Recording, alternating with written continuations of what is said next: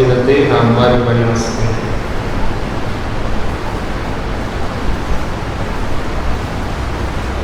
சீயோனின் சிறை இருப்பை கர்த்தர் திருப்பும் போது சொப்பனம் காண்கிறவர்கள் போல் இருந்தோம்.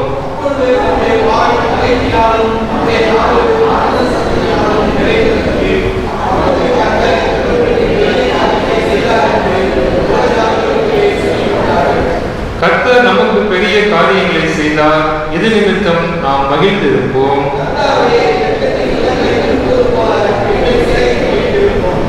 கண்ணீரோடு விதைக்கிறவன் கம்பீரத்தோடே அறுப்பார்.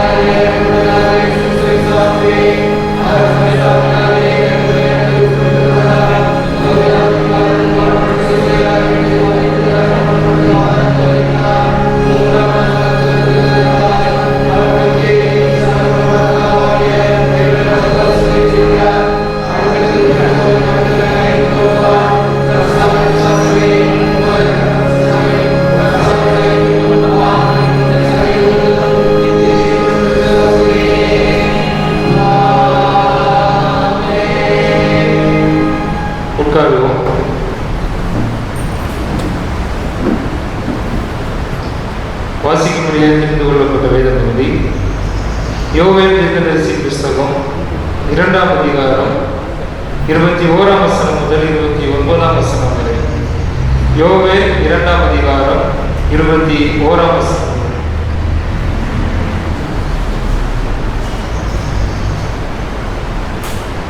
தேசமே பயப்படாதே, மகிழ்ந்து களிகூறு, கர்த்தர் பெரிய காரியங்களை செய்வார். வெளியின் மிருகங்களே பயப்படாதீர்கள், வனாந்தரத்திலே மேய்ச்சல்கள் உண்டாகும், விருட்சங்கள் காய்களை காய்க்கும், அத்தி மரமும் திராட்சை செடியும் பலனை தரும். சீயோன் குமாரரே, உங்கள் தேவனாகிய கர்த்தருக்குள் மகிழ்ந்து களிகூறுங்கள். அவர் தக்கபடி உங்களுக்கு முன்மாரியை கொடுத்து உங்களுக்கு முன்மாரியையும் பின்மாரியையும் ஏற்கனவே வரிசிக்க பண்ணுவார்.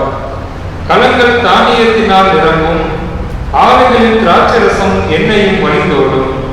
நான் உங்களிடத்தில் அனுப்பின என் பெரிய சேனையாகிய வெட்டி கிளிகளும் பச்சை கிளிகளும் முசுக்கட்டை பூச்சிகளும் பச்சை புழுக்களும் பச்சித்த வருஷங்களின் விளைவை உங்களுக்கு திரும்ப அளிப்பேன்.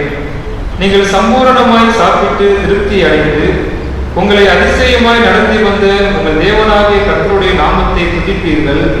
என் ஜனங்கள் ஒருபோதும் வெட்கப்பட்டு போவதில்லை. நான் இஸ்ரவேலின் நடுவில் இருக்கிறவர் என்றும் நானே உங்கள் தேவனாகிய கர்த்தர், வேறொருவர் இல்லை என்றும் அறிந்து கொள்வீர்கள். என் ஜனங்கள் ஒருபோதும் வெட்கப்பட்டு போவதில்லை. அதற்கு பின்பு நான் மாம்சமான யாகம் மேலும் என் ஆவியை ஊற்றுவேன். அப்பொழுது உங்கள் குமாரரும் உங்கள் குமாரத்திகளும் தீர்க்க தரிசனம் சொல்லுவார்கள். உங்கள் மூப்பர் சொப்பனங்களையும் உங்கள் வாலிபர் தரிசனங்களையும் காண்பார்கள். ஊழியக்காரர் மேலும் ஊழியக்காரிகள் மேலும் அந்நாட்களில் என் ஆவியை ஊற்றுவேன் என்பதை வாசிக்கும்படியாக தெரிந்து கொள்ளப்பட்ட வேத பகுதி வாசித்தார்கள். கரங்களை தட்டி நாம் உற்சாகமாக பாடுவோம். தேவனே என் நண்பரே வந்திடுவே வல்லமையா, என் தேவனே என் நண்பரே வந்திடுவே வல்லமையா, ஆசீர்வாத நிறைவுடன் அன்பே என் மேல் இறங்கிடும்.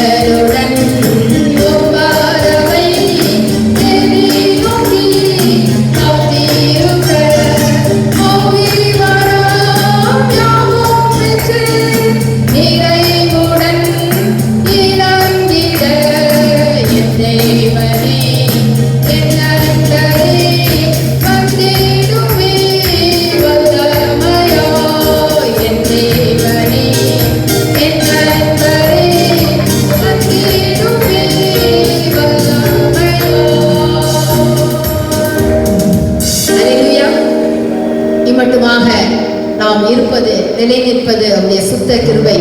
அதை நினைத்தவர்களாக உம்முடைய கிருபையால் தான் நாங்கள் நினைக்கிறோம் ஆண்டவரே என்று சொல்லி அவருடைய கிருபையை நினைத்து நாம் பாடுவோம். நம்முடைய எழுச்சி கீதங்கள் அந்த சிறிய புத்தகத்திலே, கன்வென்ஷன் நேரங்களிலே கொடுக்கப்பட்ட அந்த புத்தகத்திலே பாடல் 28ஆம் பாடல், கன்வென்ஷன் கீதங்கள் வைத்திருந்தால் 605ஆம் பாடல், 28ஆம் பாடல், கிருபையால் நிலை நிற்கிறோம், உன் கிருபையால் நிலை நிற்கிறோம்.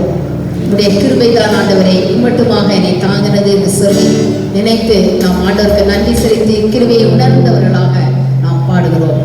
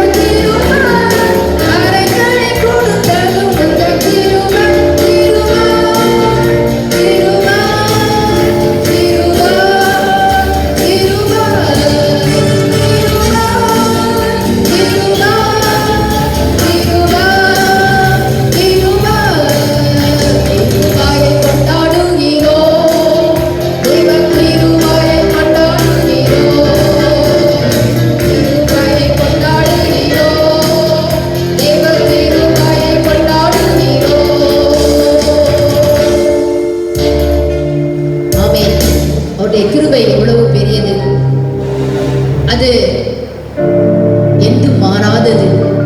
அவருடைய கிருபையினால் தான் நாம் மட்டுமாக வாழ்கிறோம், நடக்கிறோம், செயல்படுகிறோம். இந்த இடத்திலே நாம் கூடி வந்து ஆண்டவரை ஆராதிப்பதும் அவருடைய சுத்த கிருபை. ஆண்டவர் அந்த கிருபையை நமக்கு கொடுத்ததை நினைத்து அவரை ஆராதித்து பாடல் புத்தகத்தில் 23ஆம் பாடலை பாடுவோம். ஜீவன் தந்தீர் உம்மை ஆராதிக்க, வாழ வைத்தீர் உம்மை ஆராதிக்க, தெரிந்து கொண்டீர் உம்மை ஆராதிக்க, உம்மை எந்நாளும் ஆராதிப்பேன். ஆண்டவரே, நான் உம்மை எந்நாளும் ஆராதிப்பேன். ஆண்டவரே, எனக்கு நீ ஜீவன் அதற்காக தான் தந்திருக்கிறேன், என்னை வாழ வைத்திருக்கிறேன். அந்த உடைய கிருபைகளை நினைத்து நான் என்றும் நன்றியுள்ளவனாக இருந்து உம்மை ஆராதிப்பேன். நீரே நிரந்தரமானவர், நீரே கனத்துக்கு பாத்திரர், நீரே மகிமை உடையவர் என்று சொல்லி அவரை நாம் ஆராதிப்போம்.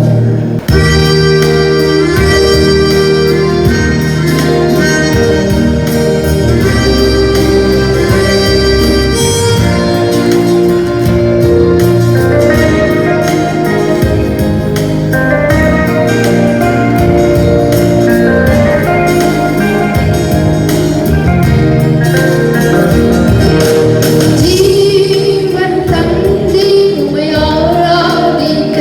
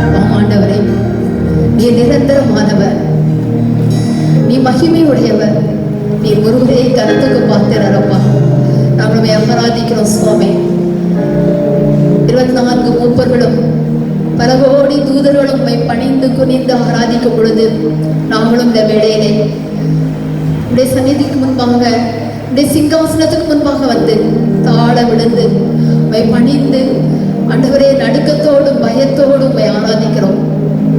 ஆவியோடும் உண்மையோடும் நாங்கள் தொழுது கொள்ள விரும்புகிற எங்கள் தேவன், எங்களுடைய ஆராதனைகளிலே பிரியப்படுகிற எங்களுடைய தேவன், எங்களுடைய ஆராதனையை நீர் அங்கீகரிப்பதற்காக நாங்கள் நன்றி செலுத்துகிறோம். இந்த வேளையில் எங்கள் மத்தியிலே நீ மகிமையாய் கடந்து வந்திருக்கிறதுக்காய் நன்றி செலுத்துகிறோம். இந்த இடத்திலே கூடி வந்திருக்கிற ஒவ்வொருவரையும் நீ தொட்டு நீர் ஆசீர்வதிப்பதற்காய் ஸ்தோத்திரம் ஆண்டவரே. ஹல்லேலூயா. உம்மை துதிக்கிறோம், உம்மை ஸ்தோத்திரிக்கிறோம், உம்மை ஸ்தோத்திரிக்கிறோம், உம்மை ஸ்தோத்திரிக்கிறோம். மனதிலே எந்த பாரத்தோடு கூட விண்ணப்பத்தோடு கூட கடந்து வந்திருக்கிறார்களோ ஒவ்வொருவரையும் இந்த வேளையிலே தொடுவதற்காய் நாங்கள் நன்றி செலுத்துகிறோம். ஒருவேளை இந்த இடத்திலே வர முடியாமல் இருந்தாலும் தம்முடைய வீடுகளிலே இருந்து செபித்துக் கொண்டிருக்கிற ஒவ்வொருவருக்காக நாங்கள் துதிக்கிறோம் ஆண்டவரே. ஆராதித்துக் கொண்டிருக்கிற ஒவ்வொருவரையும் நீர் ஆசீர்வதியும், அவளை விடுதலையாக்கும், குணமாக்கும்.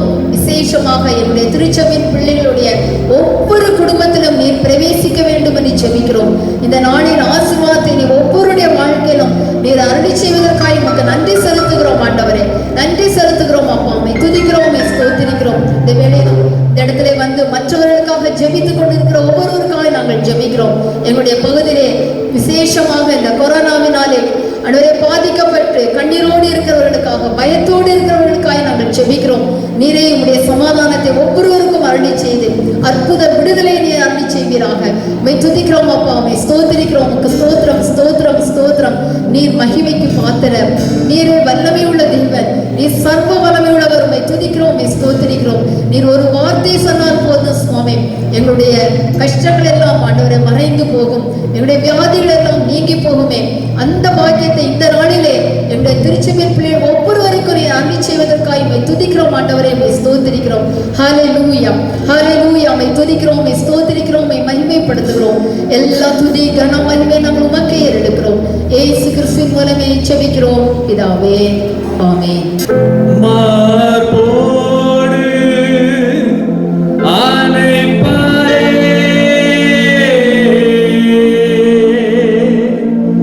மனக்கவலை தீர்ப்பாரே,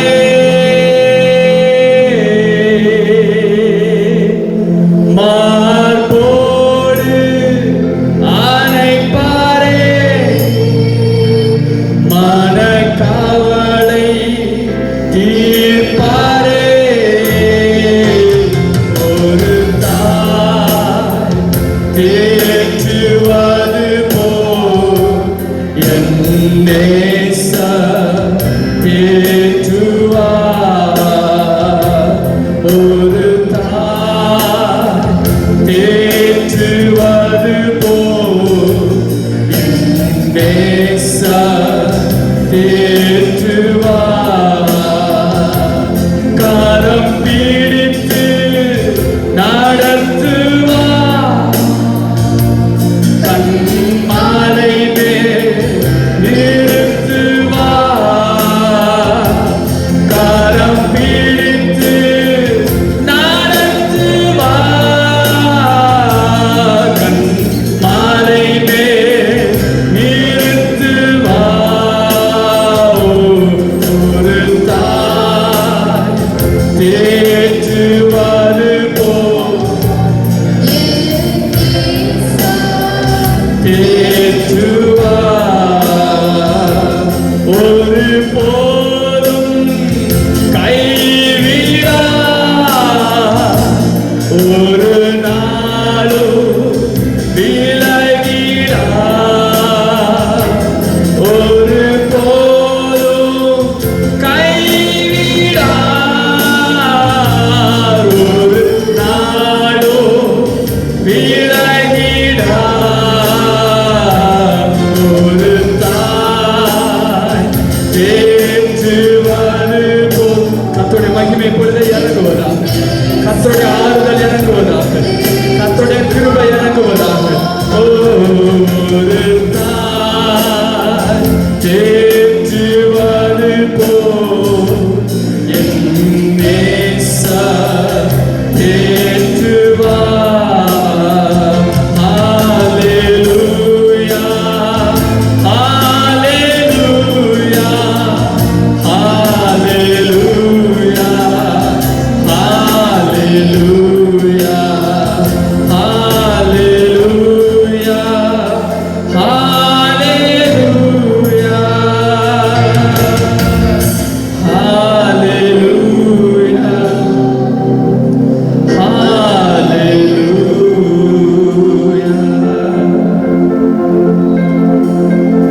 உலகம் தரக்கூடாத மகிமை, உலகம் தரக்கூடாத சமாதானம், கர்த்தருடைய ஆறுதல், கர்த்தருடைய தயவு, a supernatural guidance, let it come and cover us right now.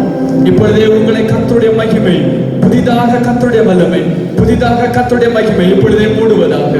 உடைக்கப்பட்டிருக்கிற எல்லா இருதயமும் இப்பொழுதே ஆறுதல் அடைவதாக, கர்த்தருக்குள் திடப்படுவதாக. ஆண்டவரே, அவர்களை பார்த்து நீர் பயப்படாதிருங்கள் என்று சொல்லுகிறதுக்காக நன்றி. உன் தேவன் உன்னோடு இருக்கிறார் என்று நீர் சொல்லுகிறதுக்காக நன்றி. கர்த்தாவே, எங்கள் மத்தியிலே எழுந்தருளி இருப்பதற்காக நன்றி செலுத்துகிறோம். உடைய நாம மகிமைப்படுவதாக.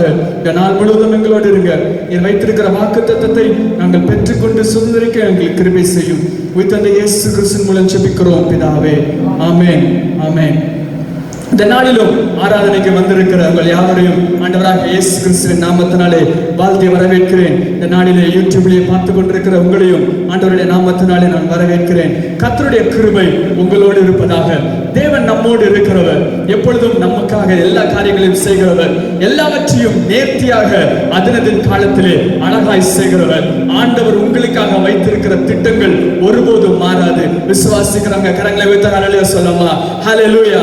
தேவன் நான் பிறப்பதற்கு முன்பதாகவே, தாயின் கருவில் உருவாகிறதுக்கு முன்பதாகவே எனக்காக வைத்திருக்கிற, அவர் ஆரம்பித்து வைத்திருக்கிற திட்டம் அது ஒருபோதும் முடிவு பெறாது. எந்த மனிதனும் அதை நிறுத்த முடியாது. நீங்க நினைச்சா கூட அதை நிப்பாட்ட முடியாது. ஹல்லேலூயா, ஹல்லேலூயா. தேவன் சகலத்தையும் செய்து முடிக்க வல்லவராய் இருக்கிறார். ஆண்டவர் இந்த நாளில் உங்களுக்கு கொடுக்கிற வாக்குத்தத்தத்தை நான் வாசித்து நாம் கர்த்தருடைய வார்த்தைக்குள்ளாக நான் போகிறோம். யோவேல் 2ஆம் அதிகாரம் எடுத்துக்கொள்ளுங்கள். யோவேல் 2ஆம் அதிகாரத்திலே ஆண்டவர் நமக்கு அழகான ஒரு வாக்குத்தத்தத்தை கொடுத்திருக்கிறார். ஆண்டவர் உங்களை பார்த்து நான் கண்டிப்பாக செய்வேன் என்று ஆணித்தரமாய் எழுதி வைத்திருக்கிற வாக்குத்தத்தம் இதுவாய் இருக்கிறது.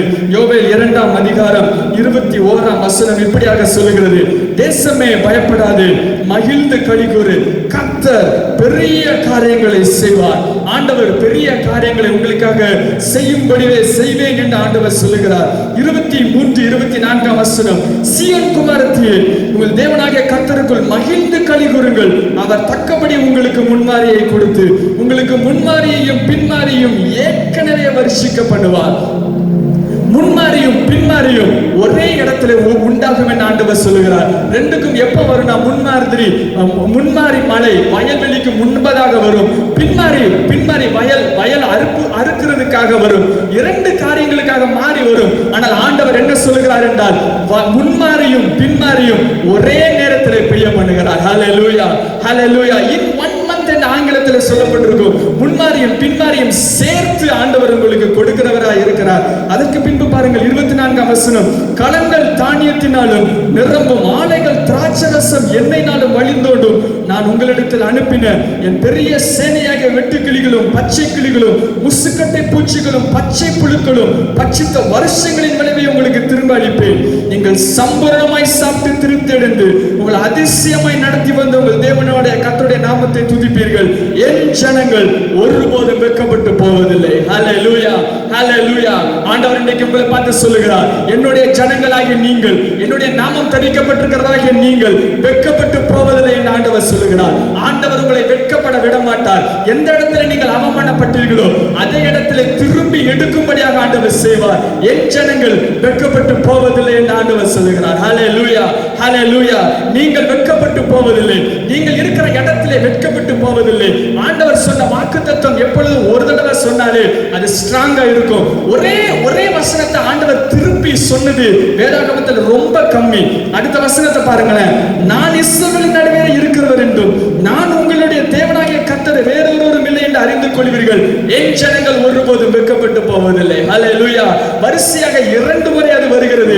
என் ஜனங்கள் ஒருபோதும் வெட்கப்பட்டு போவதில்லை. நீங்கள் வெட்கப்பட்டு போவது இல்லை என்று ஆண்டவர் சொல்லுகிறார். எப்படிலாம் வெட்கப்பட்டு போவதில்லை? ஒருபோதும் வெட்கப்பட்டு போவதில்லை. நெவர், நெவர் என்கிற வார்த்தை ஆங்கிலத்தில் இருக்கிறது. எபிரேயத்திலே ஓலாம் என்கிற வார்த்தை இருக்கிறது. இந்த ஓலாம் என்கிற வார்த்தை எதை குறிக்கும் என்றால் நித்தியத்தை குறிக்கும். ஆண்டவர் நித்தியத்தில் இருக்கிறார் என்பதற்கு இந்த ஓலாம் என்கிற வார்த்தை சொல்லப்பட்டிருக்கிறது.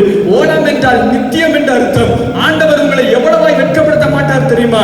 நித்திய காலமாய் சதா காலமாய் வெட்கப்படுத்தவே விட மாட்டார். ஹல்லேலூயா, ஹல்லேலூயா. அவர் உங்களை வெட்கப்படுத்துவதற்கு அனுமதிப்பதே இல்லை. ஆண்டவர் எவ்வளவு ஆணித்தரமாய் இதை சொல்லுகிறார் தெரியுமா? 27ஆம் வசனம் முதலாவதாக வாசித்து பாருங்கள்: நான் இஸ்ரவேல் கொள்ளும்படி, வேறொருவரும் இல்லை என்று அறிந்து கொள்ளும்படி நான் உங்களை வெட்கப்பட விட மாட்டேன் என்று ஆண்டவர் சொல்லுகிறார். ஹல்லேலூயா. அவரை நீங்கள் நம்பி இருக்கிறதுனால், அவரை நீங்கள் விசுவாசிக்கிறதுனால் நீங்கள் வெட்கப்பட விடவே மாட்டார், வெட்கப்பட விடுவதற்கு அனுமதிக்கவே மாட்டார். ஆண்டவர் உங்களுக்கு வாக்குத்தத்தமாய் சொல்லுகிறார், நான் உங்களை வெட்கப்படுத்த விட மாட்டேன் என்று ஆண்டவர் சொல்லுகிறார். ஹல்லேலூயா, ஹல்லேலூயா. இந்த வார்த்தையை ஆழமாய் நீங்கள் பிடிக்க வேண்டும் என்று விரும்புகிறார். இந்த காலத்திலே நாம் வாழ்ந்து கொண்டிருக்கிற இந்த நேரங்களிலே நீங்கள் ஆண்டவரை பார்த்து இந்த ஒரு வசனத்தை தான் சொல்லணும். ஆண்டவரை என்னை வெட்கப்பட விட மாட்டேன், என் குடும்பம் வெட்கப்பட விட மாட்டேன், என்னுடைய நிலைமை வெட்கப்பட்டு போவது இல்லை, நான் எந்த இடத்துல இருந்தாலும் உடைய நாம மகிமைக்காக வாழுவேன் என்று சொல்ல போகிறோம். ஹல்லேலூயா.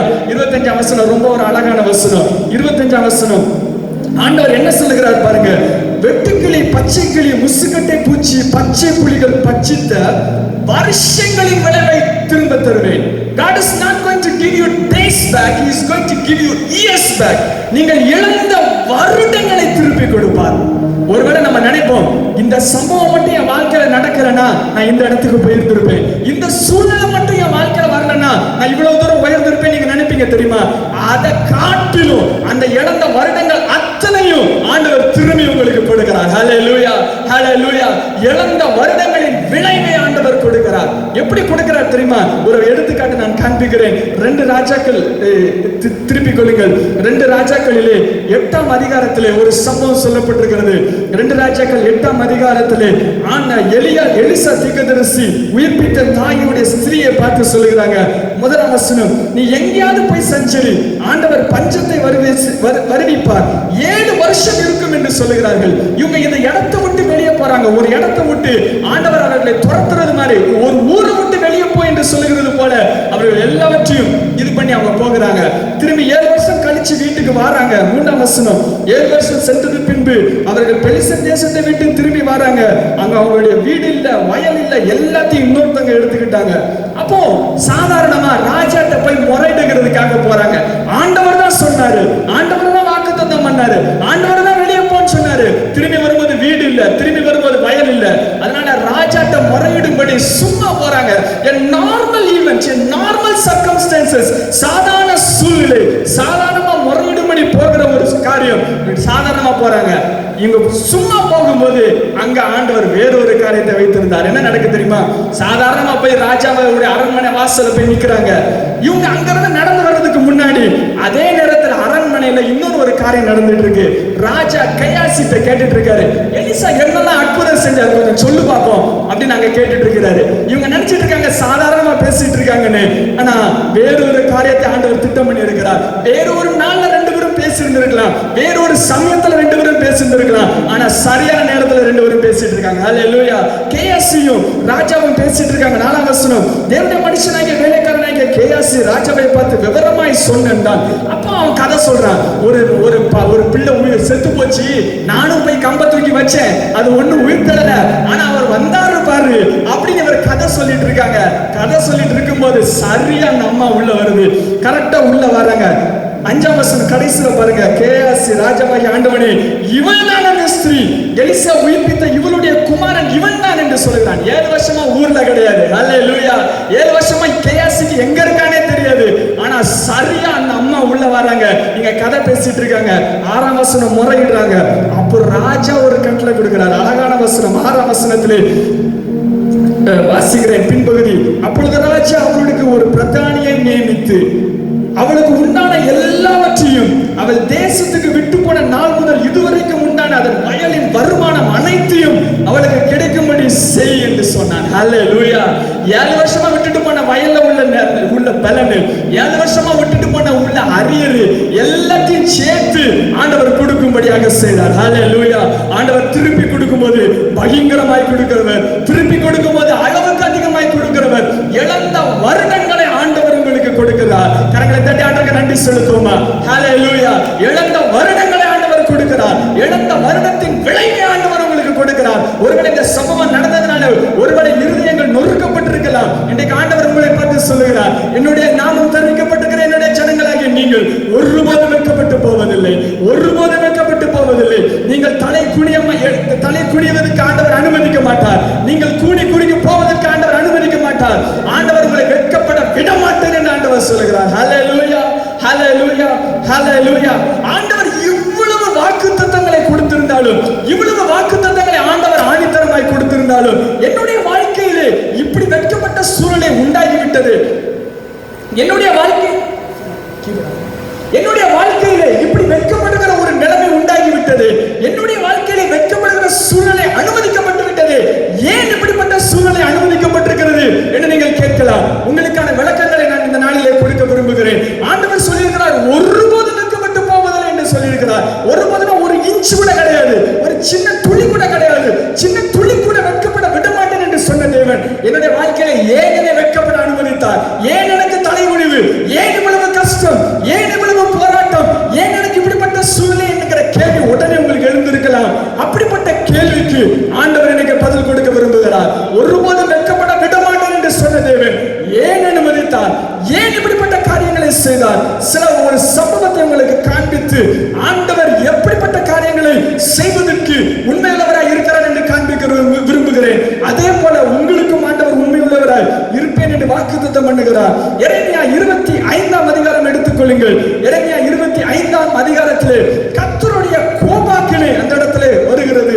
ஆண்டவர் ஒரு மனிதன் மேல் கோபப்பட்டால் அவனுடைய வாழ்க்கையில் என்ன நடந்தாலும் சாபம் தான் இருக்கும், என்ன பண்ணினாலும் சாபம் தான் இருக்கும், என்ன காரியங்கள் செய்தாலும் அவனுக்கு தோல்வியாக தான் முடியும். ஏனென்றால் ஆண்டவருடைய கோபாக்கினை அந்த இடத்துல வருகிறது.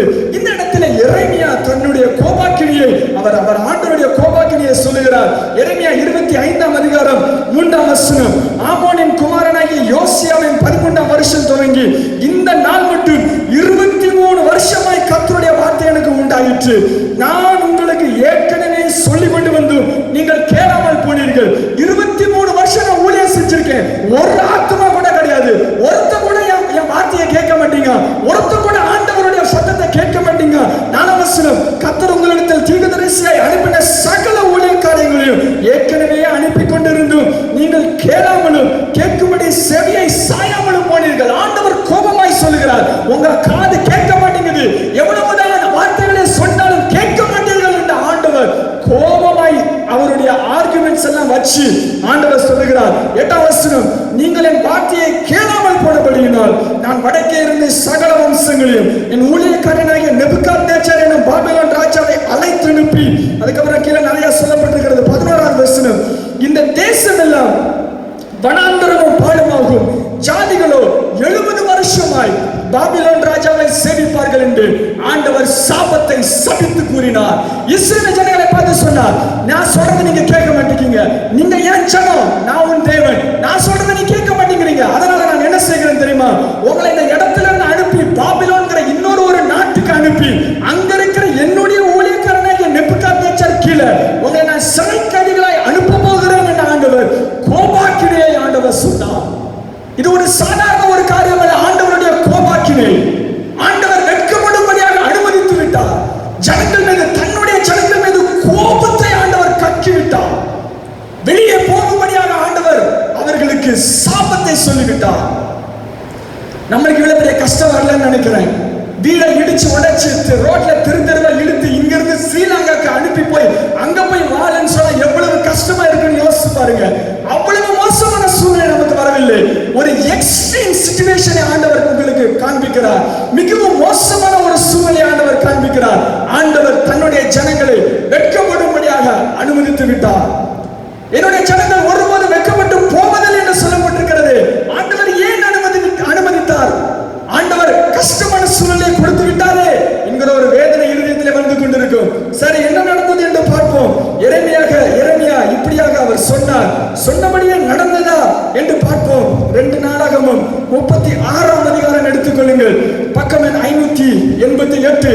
எரேமியா சொன்னார், நேபுகாத்நேச்சார் வருவேன் என்று சொன்னார், வருவான் என்று சொன்னார். கிட்டத்தட்ட அவர் வருவதற்கு ஒரு 20-30 ஆண்டுகளுக்கு முன்பதாக இந்த வார்த்தையை அவர் சொன்னார். சொன்னபடியே நடந்தது. 2 நாளாகமும் 36ஆம் அதிகாரம் 16ஆம் வசனம், அவர்கள் தேவனுடைய ஸ்நானாதி பலிகளை பரியாசம் பண்ணி அவருடைய வார்த்தைகளை அசட்டை செய்து தீர்க்கதரிசிகளை நிந்தித்தபடியால் கர்த்தருடைய உக்கிரம் அவர் ஜனத்தின் மேல் மூண்டது, சகாயம் இல்லாமல் போயிற்று. கர்த்தர் ஆதலால் அவர்கள் மேல் கல்தையின் ராஜாவை வரப்பண்ணினார். வாலிபரை அவருடைய பரிசுத்தமான ஆலயத்திலே பட்டயத்தினால் கொன்று வாலிபரையும் கன்னியாஸ்திரியும் முதியோரையும் விருத்தாப்பியரும் தப்ப விடவில்லை. தேவன் அவர் கையில் ஒப்பு கொடுத்தார். 18ஆம் வசனம், தேவனுடைய ஆலயத்தின்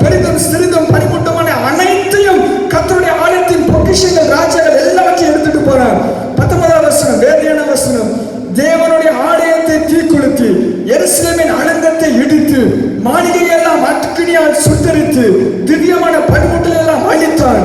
பட்டயத்துக்கு தப்பின மீதியானவர்கள் அவன் பாபிலோனுக்கு சிறைப்பிடித்து போனான்.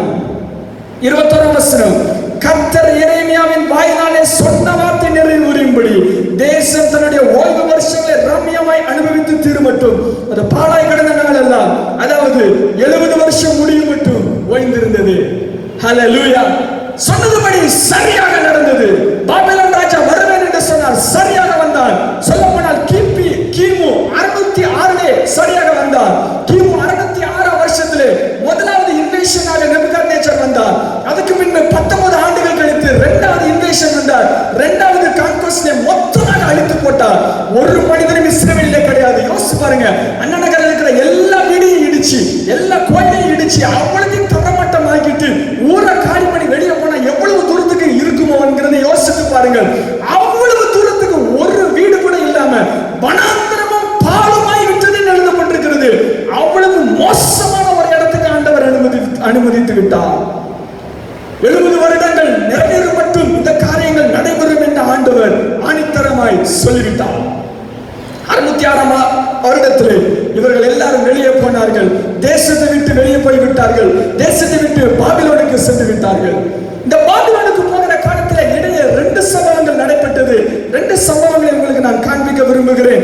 எஸ்தர் 2ஆம் அதிகாரம் திருப்பிக் கொள்ளுங்கள். எஸ்தர் 2ஆம் அதிகாரத்திலே இவர்கள் எல்லாரும் வெளியே போகும்போது சிறைப்பிடித்து எல்லாத்தையும் கூட்டிட்டு போறாங்க. கூட்டிட்டு போகும்போது 2 பிரிவா 2 ஊருக்கு போறாங்க.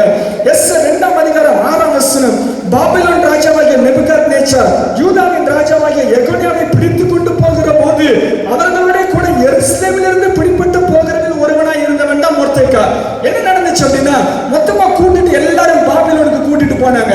பாபிலோனுக்கு கூட்டிட்டு போகும்போது போற வழியில பெர்சியர்கள் வந்தாங்க. போற வழியில பெர்சியர்கள் வரும் பொழுது இங்க இருக்கிற சில கைதிகளை பெர்சியர்களுக்கு ஒப்பு கொடுத்தாங்க. அதனால சில கொஞ்சம் பேர் பெர்சியாவுக்கு வெளியே போயிட்டாங்க. அதுல போனவன் தான் மொர்தெகாய். இங்க இருந்து பாபிலோனுக்கு சென்றவர்கள் கொஞ்சம் இஸ்ரவேல்ல தங்கியிருந்தவர்கள் கொஞ்சம். எரேமியாவில சில அதிகாரங்களை பார்த்தால் சிலங்க எகிப்துக்கு போவாங்க. ஆண்டவர் எகிப்துக்கு போக கூடாதுன்னு சொல்லுவாங்க, ஆனா எகிப்துக்கு போவாங்க. இவங்க எகிப்துக்கு போய் சேஃபா இருக்கலாம் நினைப்பாங்க. நேபுகாத்நேச்சர் வந்து 3வது இவங்க எருசலேமை அடிச்சு உடைச்சதுக்கு அப்புறம் நேரா எகிப்துக்கு போய் எகிப்தையும் கைப்பற்றிடுவார், பார்வோனையும் கைப்பற்றிடுவார். ஆகவே பாபிலோன் இந்த ராஜாவாக நேபுகாத்நேச்சர் பெரிய ஒரு ராஜாவாக இருந்தார். ஏனென்றால் பாபிலோன் அவர் எகிப்தையும் கைப்பற்றி விட்டார். சரி போகட்டும். கொஞ்சம் பேர் இங்க பெர்சியா தேசத்துக்கு போனாங்க. சோ ஒரு பக்கம் பெர்சியா போய் அந்த இடத்துல எஸ்தர் அப்படியே மேன்மையாக வருகிறார். அடுத்து ஒரு காரியம் நடைபெறுகிறது. தானியேல் 1ஆம் அதிகாரம் 1ஆம் வசனம், யூதாவின் ராஜாவாகிய யோயாக்கீம் அரசாண்ட 3ஆம் வருஷத்திலே பாபிலோன் ராஜா எருசலேமுக்கு வந்து முற்றுகை போட்டு அங்கிருந்து எல்லாத்தையும் பிடிச்சிட்டு போய் 6ஆம் வசனம், தானியேல், அனனியா, மிஷாவேல், அசரியா என்பவர்கள் இருந்தார்கள். இங்கிருந்து ஒரே ஒரு ஆள் மேல போய் அந்த பக்கம் பெர்சியால போய் பெரிய ஆளாச்சு. இந்த பக்கம் ஒரே ஒரு ஆள் மேல போய் பாபிலோன்ல போய் அரண்மனைக்கு உள்ள போய் தானியேல் பெரிய ஆளமானாரு. இங்க அரண்மனையில எஸ்தர் மேல போனா, இங்க அரண்மனையில தானியேல் மேல போனா. சரி, இது இடையில நடந்த காரியம். நிறைய பேர் இஸ்ரவேல்ல இருந்தாங்க, கொஞ்சம் பேர் பாபிலோன்ல இருந்தாங்க, கொஞ்சம் பேர் பெர்சியாவில் இருந்தாங்க, கொஞ்சம் பேர் எகிப்துல இருந்தாங்க, கொஞ்சம் பேர் இஸ்ரவேல்ல இருந்தாங்க. இஸ்ரவேல்ல இருந்தவர்கள் பாதுகாக்கப்பட்டார்கள், பெர்சியாவுக்கு போனவர்களும் பாதுகாக்கப்பட்டார்கள். எஸ்தர் மூலமா என்ன நடந்துச்சு தெரியும். தானியேல் மூலமாக பாபிலோன் இருந்தவர்களும் பாதுகாக்கப்பட்டார்கள். ஆனால் எகிப்தில் இருந்தவர்கள் அழிந்து போனார்கள். இது 70 வருடமாக நடந்த காரியம். ஆண்டவர் சொல்லிவிட்டார், 70 வருடமாக கண்டிப்பாக பாழாய் கிடக்கும் என்று சொன்னார். சொன்னபடியே சரியாக நடந்தது. 606ஆம் வருடத்திலே இது நடந்தது. அந்த கான்குவெஸ்ட் சரியாக 536ஆம் வருடம். 606ல இருந்து 536, அதாவது கீழாக்க வரும். கிமுனா இப்படி போகிறதுனால அது கீழாக்க வரும். 606ஆம் வருடம் ஆரம்பித்து 536ஆம் வருடம் வரைக்கும் சரியாக ஹிஸ்டரி படி பார்த்தா துல்லியமாக அது நடந்தது. அதுக்கு முன்பதாக என்ன நடந்தது என்று பார்ப்போம். எரேமியா 25ஆம் அதிகாரம் 11ஆம் வசனத்துக்கு திருப்பிக் கொள்ளுங்கள். அந்த இடத்துல தான் எரேமியா சபிக்கிறார். எரேமியா சாபத்தை கூறுகிறார்.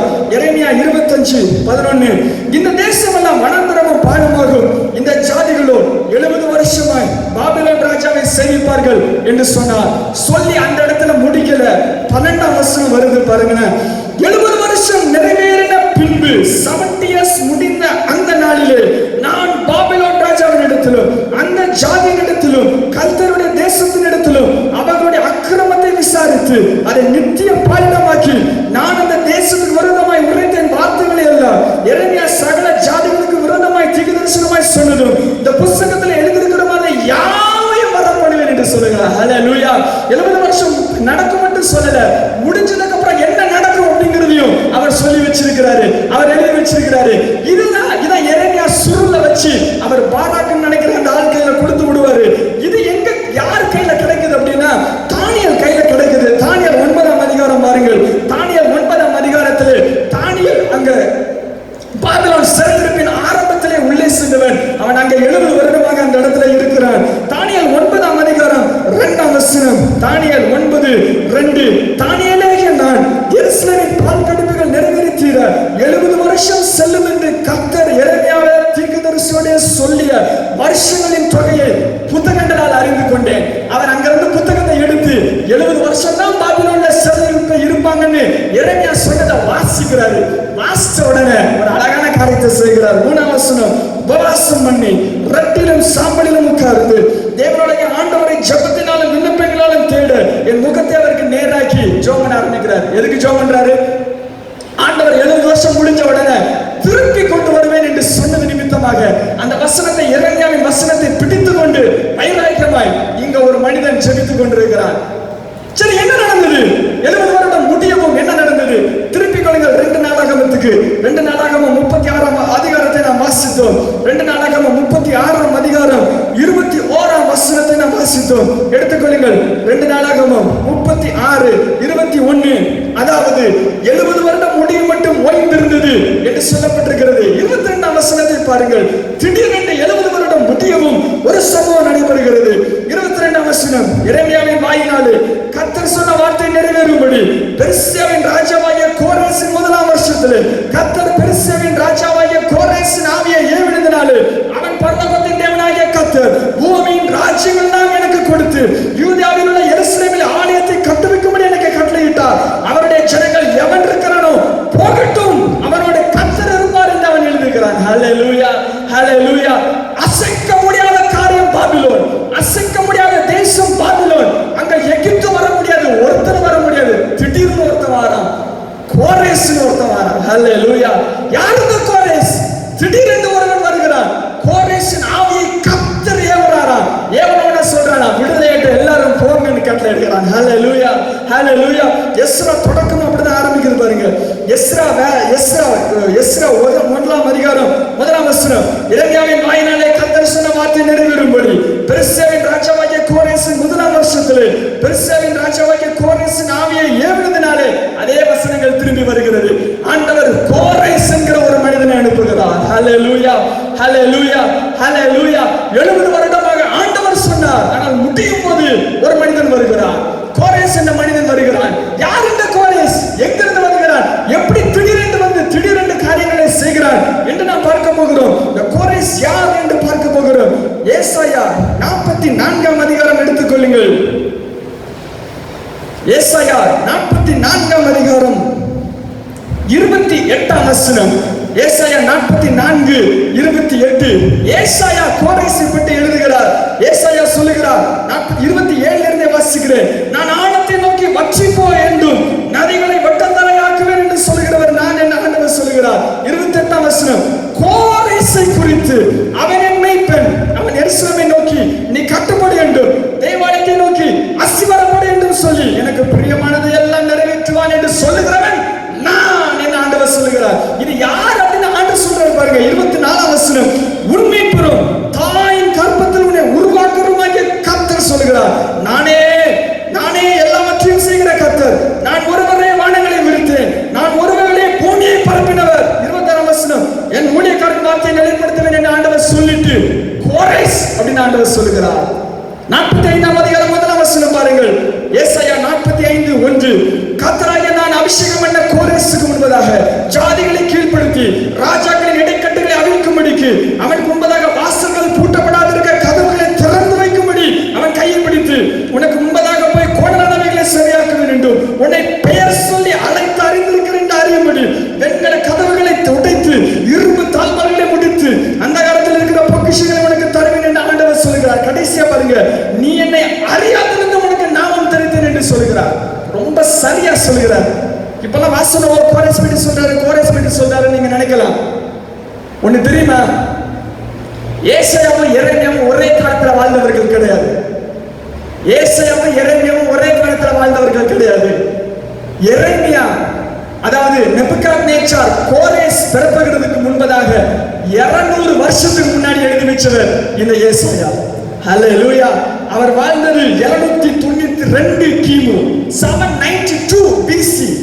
நடந்தது 536 பிசி.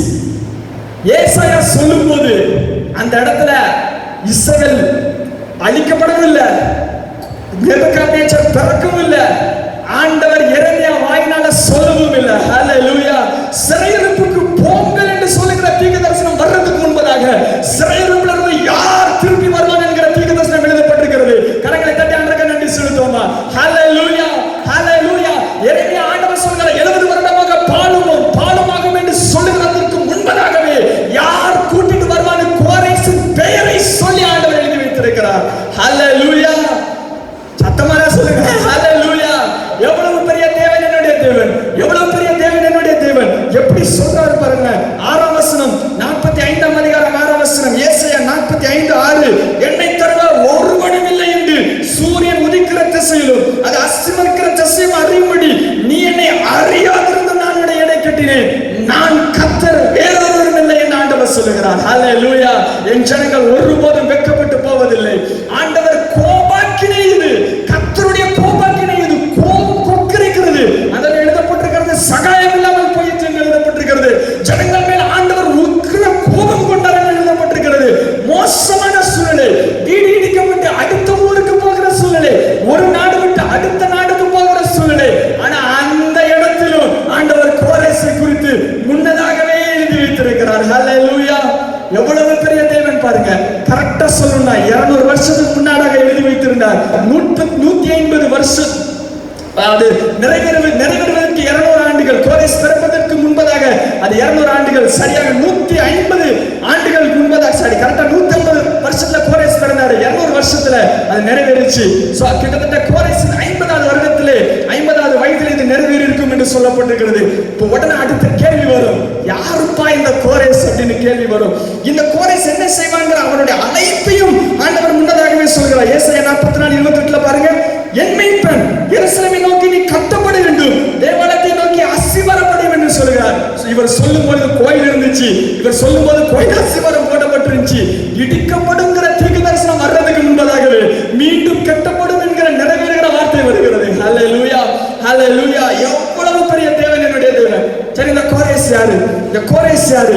என்ன நடந்துச்சு? ஏசாயா 45 ஒரு கை வச்சுக்கோங்க. அப்படியே தானியேல் 5ஆம் அதிகாரம் திருப்பிக்கோங்க. தானியேல் 5ஆம் அதிகாரம் 1ஆம் வசனம். என்ன நடந்தது? இது யார் இந்த கோரேஸ்? எப்படி திடீரென்று வந்தான்? தேவன் சொன்ன மனிதன் இவன் தான், எனக்கு பிரியமானவன் என்று சொன்னார். உனக்கு பெயர் வைக்கிறதுக்கு முன்னதாகவே நான் பெயர் வச்சேன்னு சொன்னாரு. ஆக்சுவலா அவங்க அப்பா அம்மா தான் பெயர் வச்சிருக்கணும். அப்பா அம்மா பெயர் வைக்கிறதுக்கு முன்பதாகவே ஆண்டவர் முன்னதாகவே எழுதி வச்சுட்டு, எல்லாம் என்ன மாதிரி யாருமே இல்லைன்னு எழுதி வச்சிருக்கிறாரு. ஹல்லேலூயா, ஹல்லேலூயா. தானியேல் 5ஆம் அதிகாரம் என்ன நடக்கிறது என்று பார்ப்போம். இப்பொழுது கரெக்டாக 68வது ஆண்டு, இது நடந்த சம்பவம் கிமு 538ஆம் ஆண்டு, அதாவது சிறையிருப்பின் 68வது ஆண்டு. 70வது ஆண்டுல வெளியே வர வேண்டும். 68ஆம் ஆண்டிலே ஒரு மாற்றங்கள் நடைபெறுகிறது. தானியேல் 5ஆம் அதிகாரம் 1ஆம் வசனம். பெல்ஷாத்சார் என்கிற ராஜா, இந்த பெல்ஷாத்சார் யார் அப்படின்னா நேபுகாத்நேச்சாருடைய பேரன். அவன் ஆண்டுகளை செஞ்சுட்டு இருக்கிறான். ஒரு பெரிய விருந்து ஒண்ணு பண்ணி 1000 பேருக்கு முன்பதாக திராட்சரசம் குடிச்சிட்டு இருக்கான். இது எப்ப குடிச்சிட்டு இருக்கான் அப்படின்னா, பாபிலோனுடைய மதில்கள் பெரிய மதிலா இருக்கும், 100 கதவுகள் இருக்கும், யாரும் உள்ள வர முடியாது. இவன் மகா பெரிய ராஜா. இவனை யாரும் இதுவரைக்கும் அடிச்சதே கிடையாது, இவன் எங்கேயும் தோத்ததே கிடையாது. நேபுகாத்நேச்சார் தோத்த சரித்திரமே கிடையாது. ஆகவே அவன் பெரிய ஒரு இதுல உட்கார்ந்துட்டு இருக்கான். வெளியே கோரேஸ் அவனுடைய ஆர்மியை வச்சு சுத்தி மதில் போட்டு உட்கார்ந்துட்டு இருக்கிறார். இவர் குடிச்சிட்டு இருக்கிற நைட்டுக்கு வெளியே கோரேஸ் தன்னுடைய ஆர்மியை வச்சுட்டு நின்றுட்டு இருக்கிறார். உள்ள வர முடியாது, ஏன்னா சாத்தியமே கிடையாது. இப்படி வெளியே நின்றுட்டு இருக்கும் போது இவர் உள்ள விக்டரி செரிமனி இது பண்ணிட்டு இருக்கிறார். ஜெய செரிமனி, அவர் ஜெய தந்தி வைத்திருக்கிறார். 1000 பேரை கூட்டு நம்ம தானே ஜெயிச்சோன்னு குடிச்சிட்டு இருக்கார். ஒரு பெரிய தப்பு பண்ண குடிச்சிட்டு இருக்கும்போது என்ன பண்றாரு பாருங்க. 2ஆம் வசனம். பெல்ஷாத்சார் திராட்சரசத்தை குடிச்சிட்டு இருக்கையில் தன் தகப்பனாகிய நேபுகாத்நேச்சார் எருசலேம் தேவாலயத்திலிருந்து கொண்டு வந்த பொன்வெள்ளி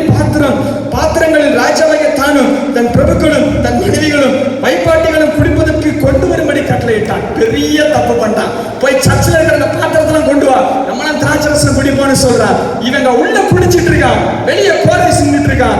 அப்பாவுடைய கை ஜெபத்துல வருகிறது. ஹல்லேலூயா. மேனே மேனே தெக்கல் பாசின் எழுதப்படுகிறதா இருக்கிறது. மேனே மேனே தெக்கல் முபாசின் எழுதப்படுது. அந்த கை எழுது. உடனே ஆடுறாங்க. எப்படி ஆடுறான் அப்படின்னா 6ஆம் வசனம் பாருங்க.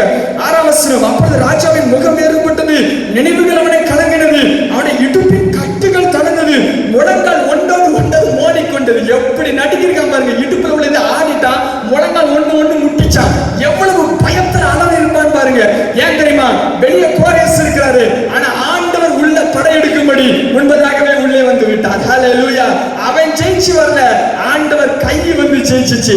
ஆண்டவர் அதுக்கு முன்பதாகவே உள்ளே கொண்டு வந்தார், உள்ளே வந்து விட்டார். உடனே தானியேலை கூட்டு வர்றாங்க.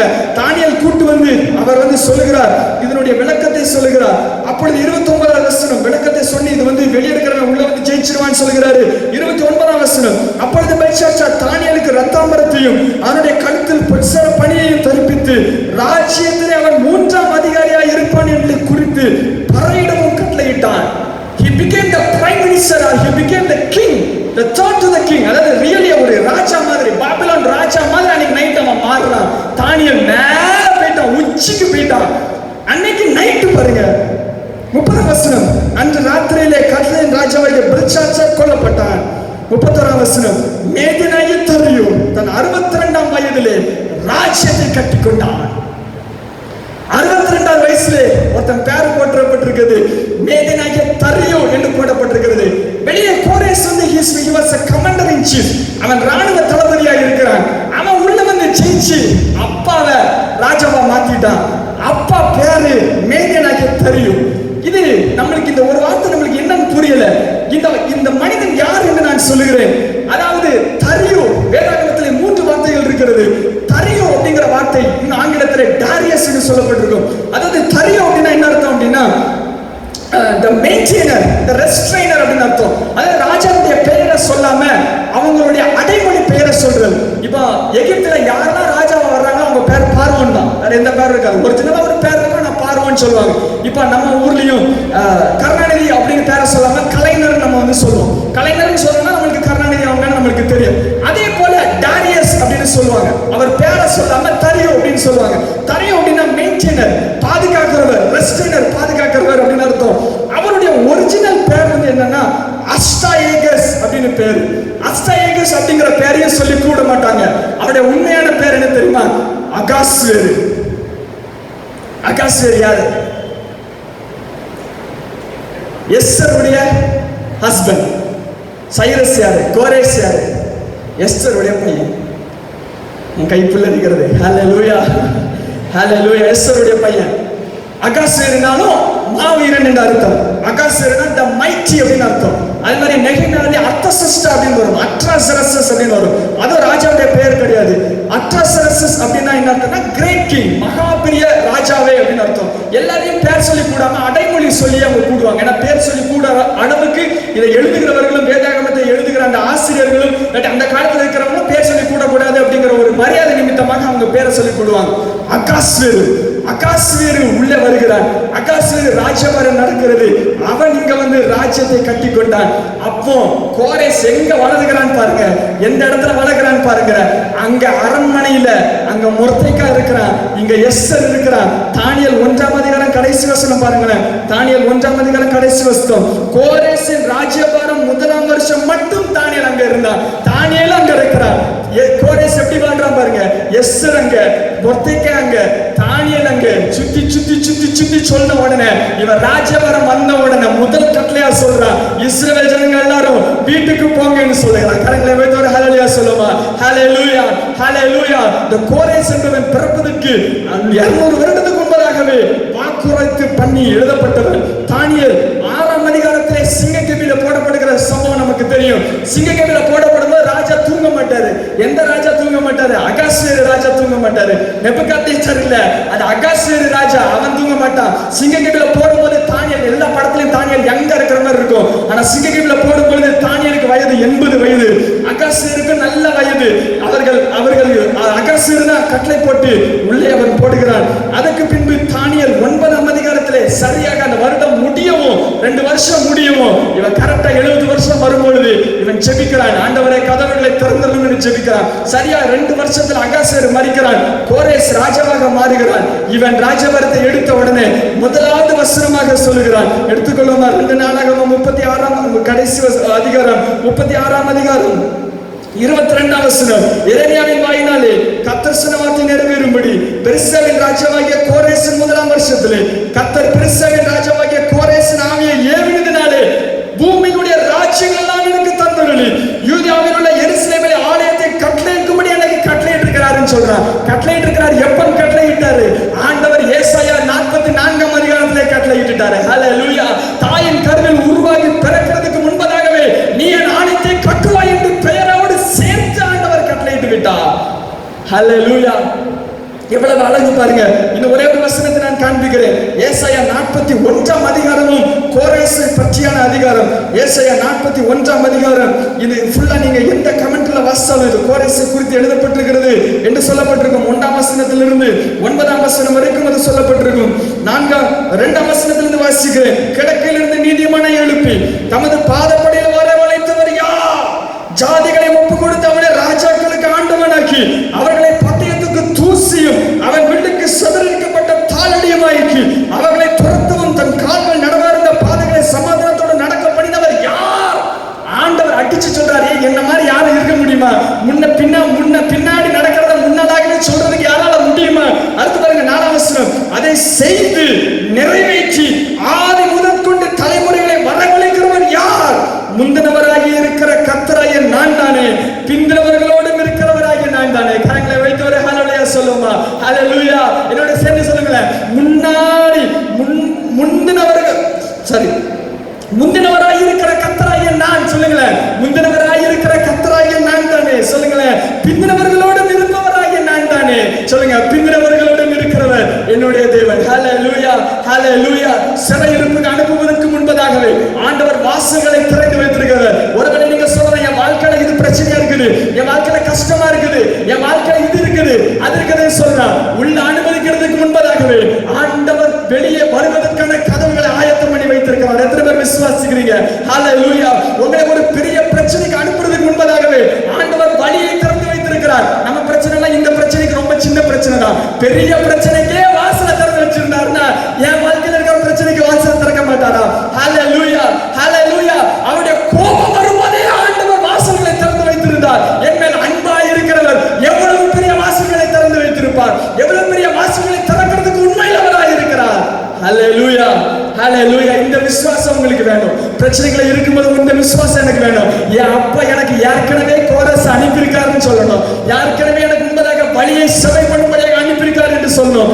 ஏசாயா 45ஆம் அதிகாரத்துல அழகா ஏசாயா எழுதுவார். இவன் வெளியே நின்றுட்டு இருக்கிறாரு. கோரேஸ் அந்த தானியேல் 5ஆம் அதிகாரம் சொல்லும்படி வெளியே நின்றுட்டு இருக்கிறாரு. அங்க உள்ள கை இருந்துட்டு இருக்கு. அப்பொழுது அந்த 100 கதவு இருக்குன்னு சொன்னேன். அந்த 100 கதவுல அந்த கதவு வெண்கல கதவும் அதுல இருக்கிற பூட்டு இரும்பு பூட்டுன்னு அப்பா முன்னாடியே எழுதி வச்சிருக்கிறாரு. ஹல்லேலூயா. வெண்கல கதவுகளை உடைத்து 4ஆம் வசனம் இரும்பு தாழ்பால்களை முடித்து அந்த காலத்தில் இருக்கிற பொக்கிஷங்களையும் ஒளிப்படத்தில் இருக்கிற புதல்களையும் உனக்கு கொடுப்பேன். நான் என் தாசனாகிய யாக்கோபின் நிமித்தமும் நான் தெரிந்து கொண்ட இஸ்ரவேல் நிமித்தமும் நான் உன்னை பெயர் சொல்லி அழைத்து நீ அறியாதிருந்த உனக்கு நாமம் தரித்தேன் ஆண்டவர் சொல்லுகிறார். ஹல்லேலூயா. எவ்வளவு பெரிய ஆண்டவர். என் ஜனங்கள் ஒருபோதும் வெட்கப்பட்டு போவதில்லை. என் ஜனங்கள் ஒருபோதும் வெட்கப்பட்டு போவதில்லை.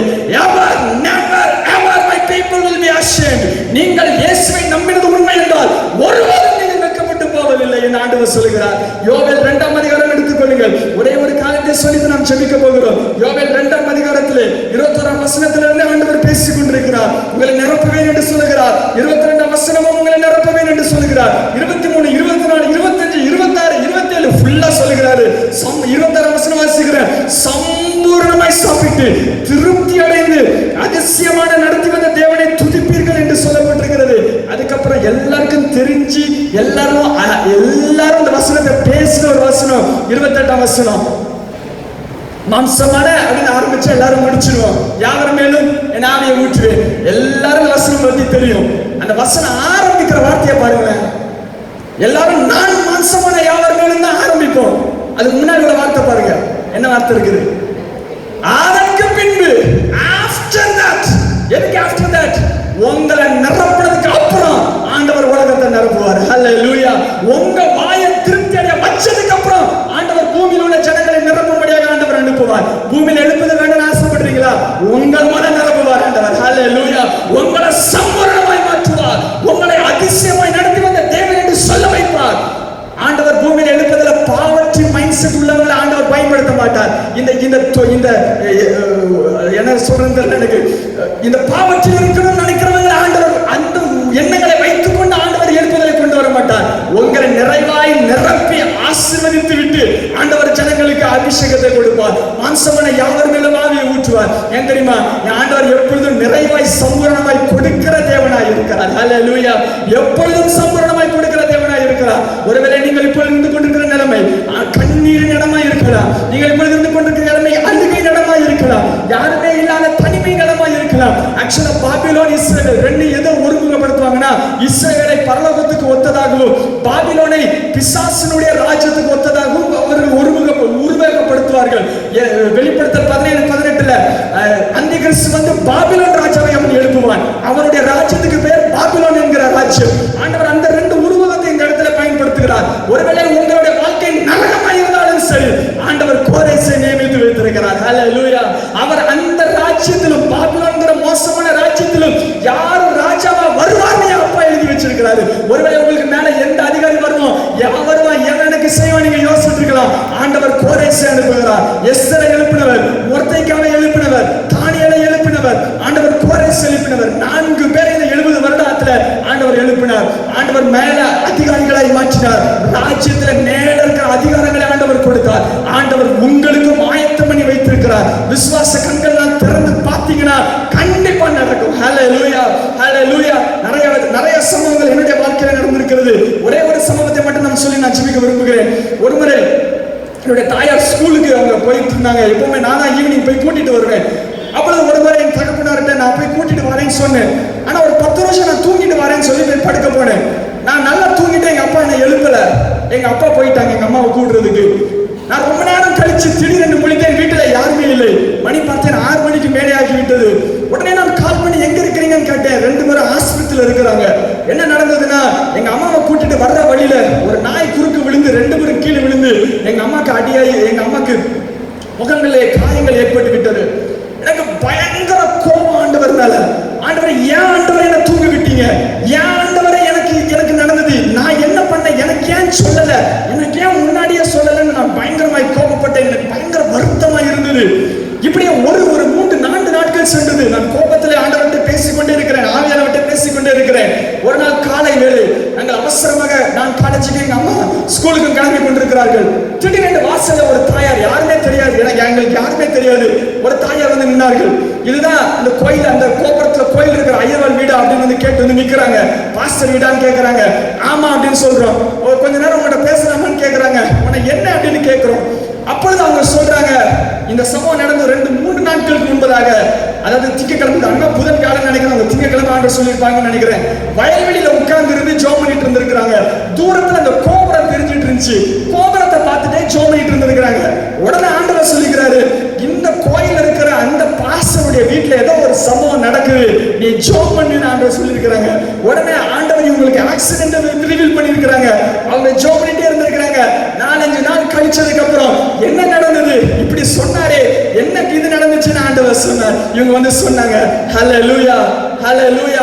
ஒரு பிரச்சனைக்கு போறதுக்கு முன்பதாகவே ஆண்டவர் பதிலை ஆயத்தம் பண்ணி வைத்திருக்கிற தேவனாய் இருக்கிறார். என்னுடைய வாழ்க்கையில அநேக காரியங்கள் இப்படி நடந்திருக்கிறது. ஒரு முறை எனக்கு 3 பின்னாடி இருக்கிற முதுகெலும்புல கீழே இருக்கிற 3 இதுவும் டிஸ்லோகேட் ஆகிவிட்டது. மிகவும் பயங்கரமாக வேதனைப்பட்டேன். ஒரு பெல்ட் போட்டிருப்பேன், கையில பெல்ட் போட்டிருப்பேன், கால 2 முட்டிலையும் பெல்ட் கவர் பண்ணிருப்பேன், நீ கேப் போட்டிருப்பேன். என்னால் அசைய கூட முடியாது, கொஞ்சம் கூட ஒரு செம்ப கூட தூக்க முடியாது, அவ்வளவு வேதனையில நான் இருந்துட்டு இருந்தேன். அப்பொழுது நான் சிகிச்சைக்காக மதுரைக்கு சென்று நான் திரும்பி வந்து கொண்டிருக்கிற மதுரையில சிகிச்சை தோல்வி அடைந்து விட்டது. வலி பயங்கரமாகி விட்டது. நரக வேதனையில நான் வழியில உட்கார்ந்து இருந்து எங்க அம்மா மடியில பஸ்ல படுத்துட்டு நான் அப்படியே தூங்கிட்டு வந்துட்டு இருக்கிறேன். அந்த பஸ் குளுங்க என் முதுகு குளுங்குது, உடம்பு ஃபுல்லா குளுங்குது, அப்படியே வழியில கதறிட்டு இருக்கிறேன். திடீர்னு ஒரு போன் இருக்கிறது. ஒரு தீர்க்கதரிசி பேசுகிறார்கள். தம்பிக்கு என்ன ஆச்சு அப்படின்னு கேட்கிறாங்க. உடனே அவங்க சொல்றாங்க, இப்படின்னு சொல்றாங்க. என்ன நடந்துச்சு தெரியுமா? நான் முந்தின நாள் தான் நான் மதுரைக்கு சிகிச்சைக்கு போனேன். அதுக்கு முந்தின நாள் நைட்டு 2 மணிக்கு ஆண்டவர் எழுப்பி இவனுக்கு இப்படி ஒரு பிரச்சனை இருக்கிறது, நீ ஜெபம் பண்ணுன்னு சொல்லி முதல் நாள் 2 மணில இருந்து அடுத்த நாள் ஈவினிங் 8 மணி வரைக்கும் ஜெபம் பண்ணி அதுல ஒரு ஜெயத்தை கொண்டு வந்து அதுக்கப்புறம் எனக்கு போன் பண்ணி ஆண்டவர் பார்த்துக்குவாருன்னு சொன்னாங்க. ஹல்லேலூயா, ஹல்லேலூயா. பிரச்சனை வர்றதுக்கு முன்னதாகவே ஆண்டவர் உங்களுக்கு காரியங்களை செய்கிறவர். விசுவாசிக்கிறீங்களா? விசுவாசிக்கிறீங்களா? உங்க அணிவதற்கு முன்னதாகவே ஆண்டவர் பிளான் பண்ணிட்டாருன்னு நீங்க விசுவாசிக்கிறீங்களா? அந்த நாள் தான் என் வாழ்க்கையை மாத்திச்சு. அந்த பஸ்ல இருந்து அப்படி எழுப்பி உட்கார்ந்து இப்படி தூக்கி பார்த்து ஒரே ஒரு கேள்வி கேட்டேன். Who is that Holy Spirit ன்னு கேட்டேன். யார் இந்த ஆவியானவர் என்று கேட்டேன். அன்னையிலிருந்து இன்னைக்கு வரைக்கும் ஆவியானவரின் கரத்தை பிடித்திருக்கிறார். ஹல்லேலூயா, ஹல்லேலூயா. தேவன் உங்களோடு இருக்கிறார். அவர் காரியங்களையும் காலங்களையும் சரியாய் செய்கிறவர். ஆதி தலைமுறைகளை முன்னாடியே எழுதி வைத்து சகல தலைமுறைகளையும் அவர் பாதுகாக்கிறவர். முந்தினவரோடும் இருக்கிற தேவன் பிந்தினவரோடும் இருக்கிறார். உங்களோடும் அவர் இருக்கிறார். உங்கள் சந்ததியோடும் இருக்கிறார். உங்கள் தலைமுறையோடும் ஆண்டவர் இருக்கிறார். சதா காலமும் அவர் நம்முடைய தேவன். ஹல்லேலூயா. அவரை நம்பி இருக்கிற தெய்வமாய் கொண்டிருக்கிற ஜனம் பாக்கியமுள்ள ஜனமாய் இருக்கிறது. நாம் ஜெபிக்கும்படி நாம் அனைவரும் எழுந்து நிற்போம்.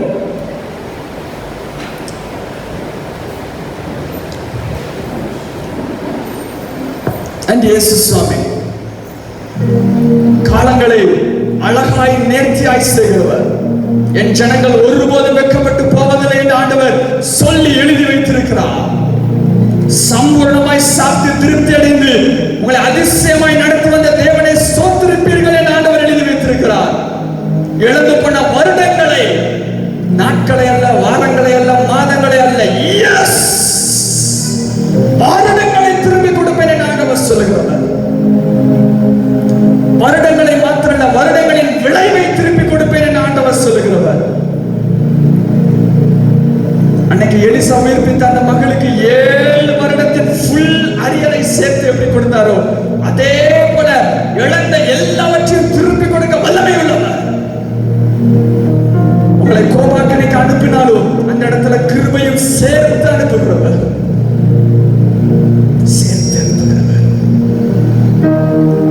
நீங்கள் இப்பொழுது இருக்கிற சூழ்நிலைக்கு ஆண்டவருக்கு நன்றி செலுத்துங்களா? கரங்களை உயர்த்தி நான் இப்பொழுது இருக்கிற சூழ்நிலைக்கு நன்றி என்று சொல்லுங்க. ஒருவேளை நீங்க இஸ்ரவேல்ல இருந்தாலும் சரி, பாபிலோன்ல இருந்தாலும் சரி, வனாந்தரத்துல இருந்தாலும் சரி, எங்க இருந்தாலும் சரி, Lord I thank you because you have ordained my path. என்னுடைய பாதைகளை நீர் தேர்ந்தெடுத்து வைத்திருக்கிறீர் என்று விசுவாசித்து சொல்லுங்க. நீங்க இருக்கிற இடம் ஆண்டவர் அனுமதித்தனால வந்த இடம். யோபுக்கு ஆண்டவர் பிசாசு போய் சொல்ற, யோபுக்கு போய் கேட்க, ஆண்டவரை சுத்தி சுத்தி நீங்க ஒரு செக்யூரிட்டி போட்டு வச்சிருக்கீங்களா? சுத்தி சுத்தி பாஸ்வேர்டு போட்டு வச்சிருக்கீங்களா? அவன் ஆடுனா பாஸ்வேர்டு போட்டு வச்சிருக்கீங்க, அவன் மாடுனா பாஸ்வேர்டு போட்டு வச்சிருக்கீங்க. அவனுடைய சொந்தங்கள் எல்லாவற்றையும் இப்படி நீங்க சுத்தி சுத்தி இருந்தீங்கன்னா எப்படி நான் தொடுவேன் என்று சொன்னார். உங்களுடைய வாழ்க்கையில எல்லாவற்றுக்கும் மேலாக ஆண்டவர் தன்னுடைய செக்யூரிட்டி கோடை போட்டிருக்கிறார். End to end encrypted code அது. அது end to end encrypted code அது. அது ஒருவரும் பார்க்க முடியாமல் இருக்கிற அப்படிப்பட்ட செக்யூரிட்டி கோட் உங்களை சுற்றிலும் இருக்கிறது.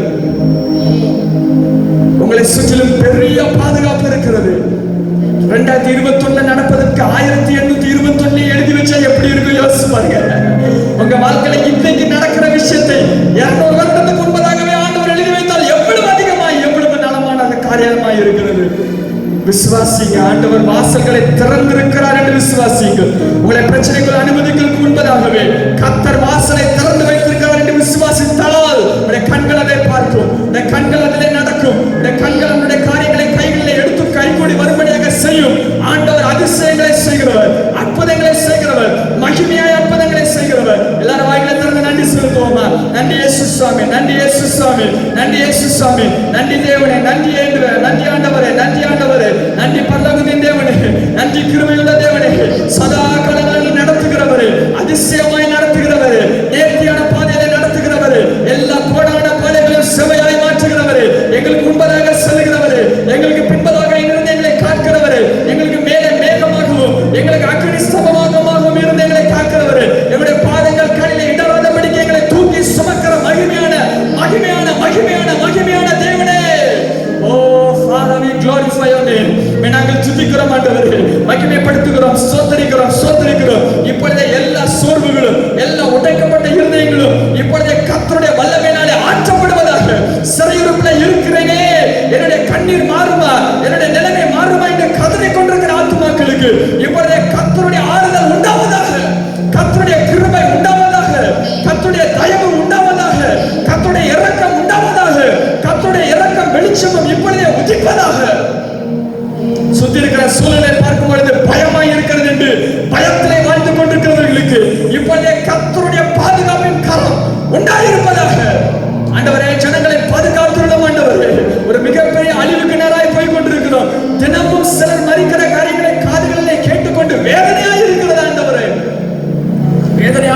இடத்துல அநேக ஊழியக்காரர்கள் சென்ற வாரம் மரித்து போனார்கள். ஒரு 3-4 பெரிய தேவ மனிதர்கள் மரித்து போனார்கள். தூத்துக்குடியிலேயே ஒரு போதகரும், யூடிசில ஒரு 3-4 போதகர்களும் மரித்து போனார்கள். மிகவும் மிகவும் வேதனையான காரியம். ஊழியக்காரர்கள் மரித்து போகிறார்கள். ஆண்டவரிடத்தில் ஆண்டவரே பாதுகாப்பு வேண்டும் என்று இந்த நேரத்தில் கேட்போமா? என் ஜனங்கள் ஒருபோதும் வெட்கப்பட்டு போவதில்லை என்று எழுதப்பட்டிருக்கிறதே ஆண்டவரே. என் ஜனங்களை பாதுகாத்தருளும் ஆண்டவரே. என் ஜனங்களை பாதுகாத்தருளும். எங்களுக்கு அழிவு நேராய் எங்களை நடத்தாதிரும் ஆண்டவரே.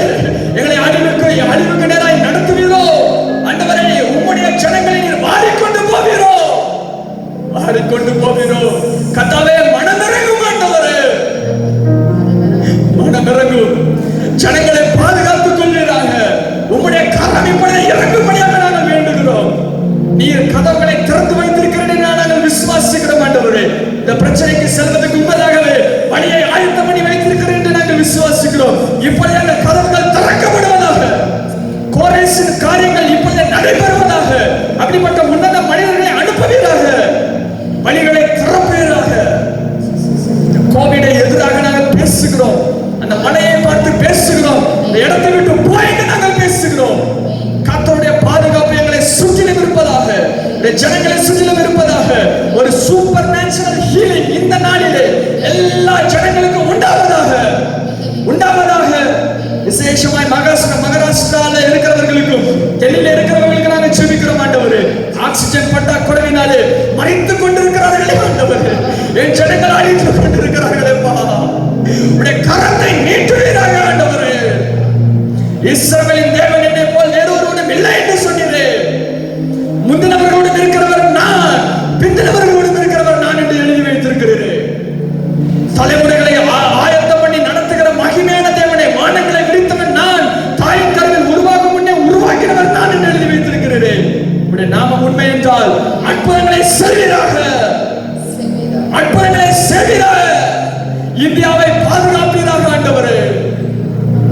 இந்தியாவை பாதுகாக்கும்படியாக நாங்கள் ஜெபிக்கிறோம். கிருபையாய் பாதுகாக்கும்படியாக ஜெபிக்கிறோம் ஆண்டவரே. கிருபையாய் பாதுகாக்கும்படியாக ஜெபிக்கிறோம்.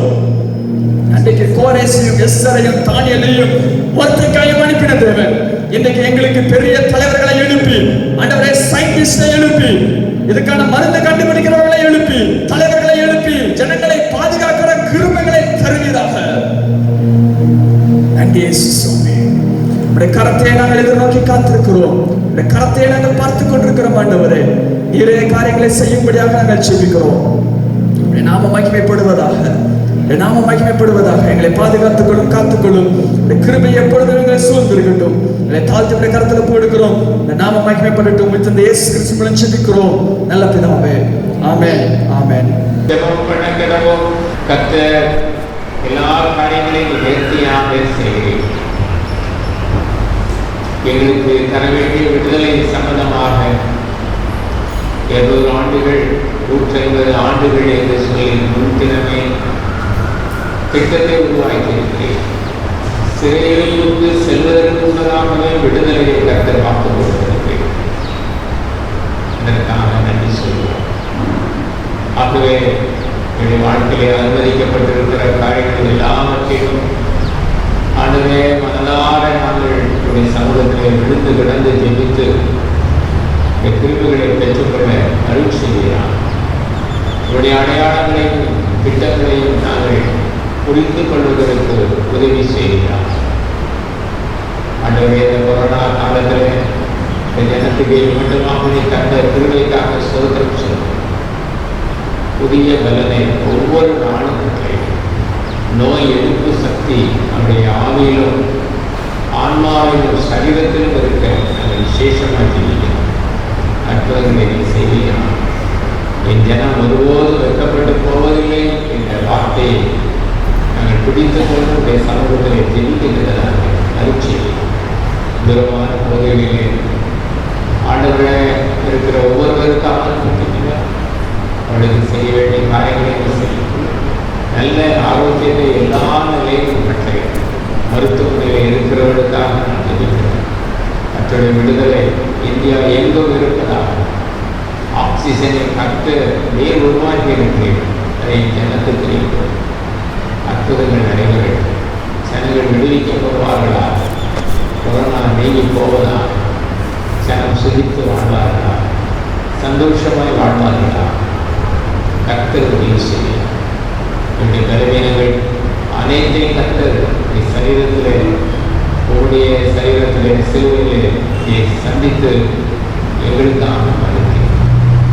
அதை நினைத்து நாங்கள் ஸ்தோத்திரிக்கிறதாக கொடுக்கிற ஜனத்தை சமாதானத்தோடு விடுதலையோடு கர்த்தரை அனுப்புகிறார். திருவை பெறுகிறார். இயேசு கிறிஸ்து மூலமே வேண்டிக் கொள்கிறோம் பிதாவே.